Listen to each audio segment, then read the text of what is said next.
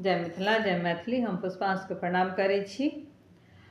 और एकटा बहुत पुरान सा कोवर गीत सुना रहल छी से अहाँ सब सुनू। नीक लागे तो लाइक शेयर एंड सब्सक्राइब जरूर कर देबै। धन्यवाद।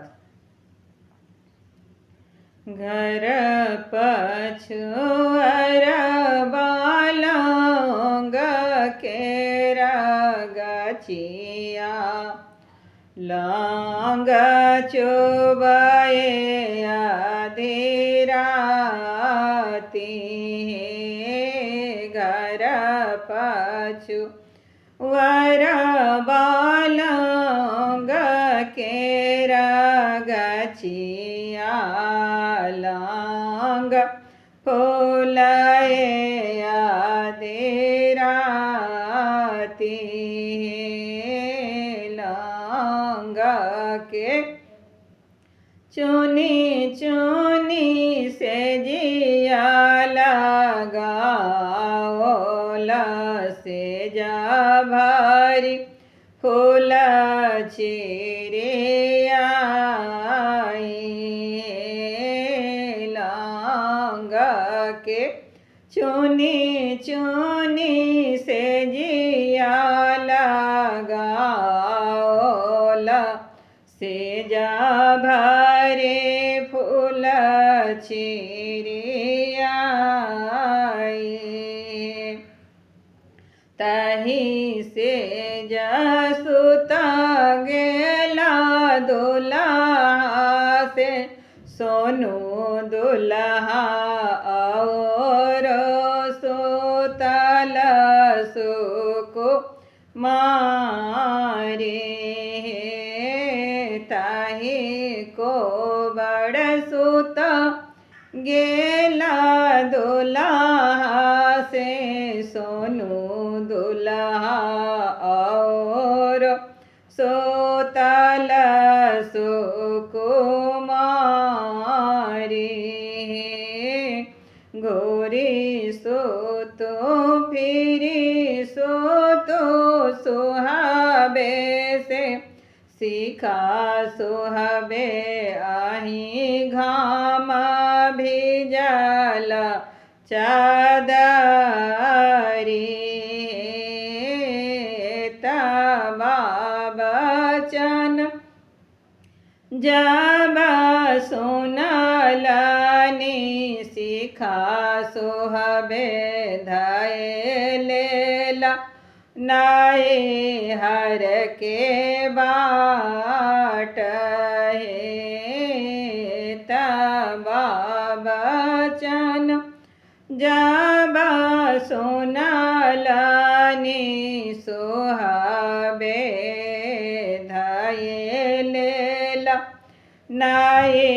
हर के बाट एक कोसा गेली सुहबे दुई कोसा गेली तेसर कोसा परी गेला साँझ एक कोसा गेली सुहबे दुई कोसा गेली तेसर कोसा परी गेला साँझ कहाँ गेल किए भेल मल्हारे भैया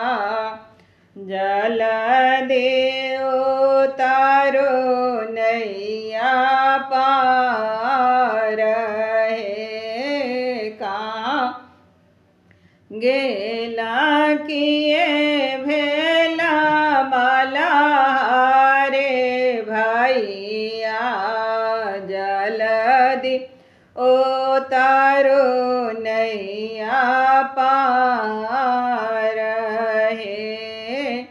आजो के रात बहिनी तई गामावो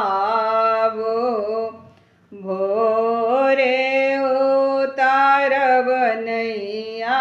पा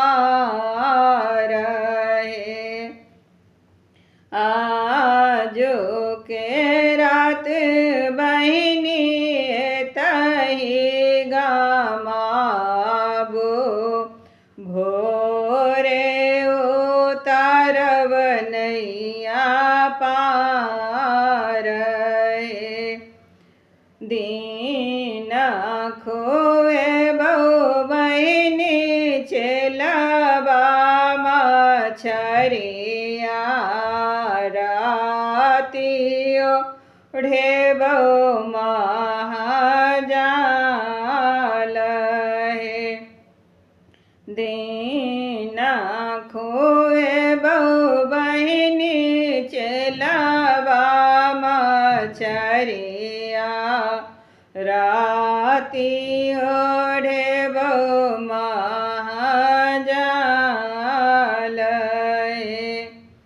अगिया लगे बहु मलहा चेलबा मछरिया बजर खसे बहु महाजाल अगिया लगे बहु मलहा चेलबा मछरिया बजर खसे बहु महाजाल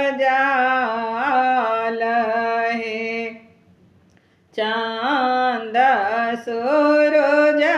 सान अपन प्रभु तेजल मलाह के